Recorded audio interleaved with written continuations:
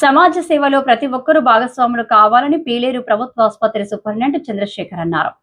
పీలేరులో మేము సైతం స్వచ్ఛంద సంస్థలో శంకర నేత్రాలయ సౌజన్యంతో ఉచిత కంటి వైద్య శిబిరం నిర్వహించారు.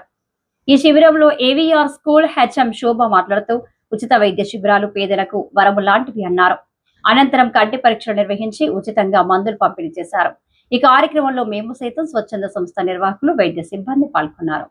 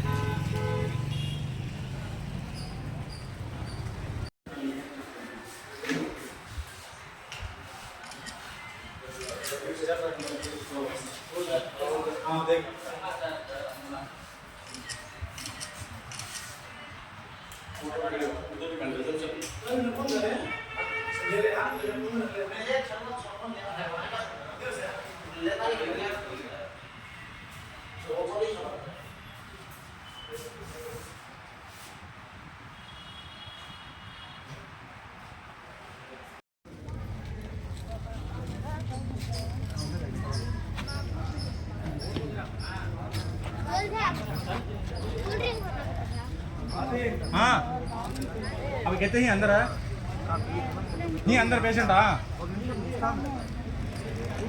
ही बस हाँ एक जने कंप्लीट होते कुछ बोलो हाँ इस शहर लेके जाओ ये भी ले अभी तुम लेके जाओ अभी అందరికీ నమస్కారం. ఇక్కడికి సర్వేంద్రియాణం నయనం ప్రధానం. మనిషికి చూపు లేకపోతే ప్రపంచమే లేదు. అటువంటి చూపుని మేడం గారు చెప్పినట్టు మన రాబోయే తరాలకు చిన్నతనం నుంచే దూరం చేస్తున్నాము. బహుశా బికాజ్ ఆఫ్ సెల్. ఈ అంశాన్ని గుర్తించిన మేము సైతం ఫౌండేషన్ సభ్యులు ఒక ఉచిత కంటి వైద్య శిబిరాన్ని ఏర్పాటు చేయటం, ఆ శిబిరానికి శంకర్ నేత్రాలయ చెన్నై వారి సహాయ సహకారాలతో ఇక్కడికి విచ్చేసిన వారికి ఉచితంగా ఆపరేషన్తో పాటు దానికి ఫాలోఅప్ టెస్ట్ చేయటం చాలా శుభ పరిణామం. శంకర్ నేత్రాలయ వారు పేరు చాలా పాత ఇన్స్టిట్యూట్. మహా అంటే ఒకరో ఇద్దరు. మీలో ఎంతమంది ఫోన్లు మీ దగ్గర ఉందో చెప్పండి. మీ చేతిలో ఎంతమంది? అందరి దగ్గర ఉన్నాయి. అంటే ఫుడ్ కన్నా, నీళ్ల కన్నా ఫోను ప్రాణం కన్నా ఎక్కువైపోయింది. ఇదే అలవాటు మన పిల్లలకు కూడా చేసేసాం.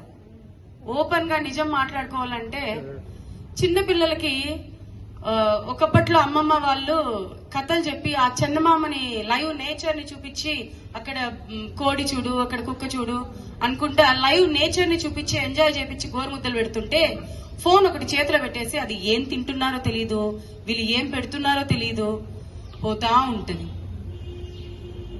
మరి ఇంత ప్రధానమైన ఐని మీరెందుకు పిల్లలకి, అంటే నేను స్కూల్ సెక్షన్ కాబట్టి నా వర్షన్ మాట్లాడుతున్నా. నేను మాక్సిమం పిల్లలు ఇక్కడికి పేరెంట్స్ భోజనాలు తినిపించడానికి వస్తే ఫోన్ ఇచ్చేసి అలా పెడుతూ ఉంటే వాళ్ళు ఏంటో, ఎంత తింటున్నామో, ఏం తింటున్నామో, అసలు అన్నం పెడుతున్నారా లేదు, కాగితాలు పెడుతున్నారా తెలియకుండా కూడా వాళ్ళు తింటూ ఉంటారు, వీళ్ళు పెడుతూ ఉంటారు. సో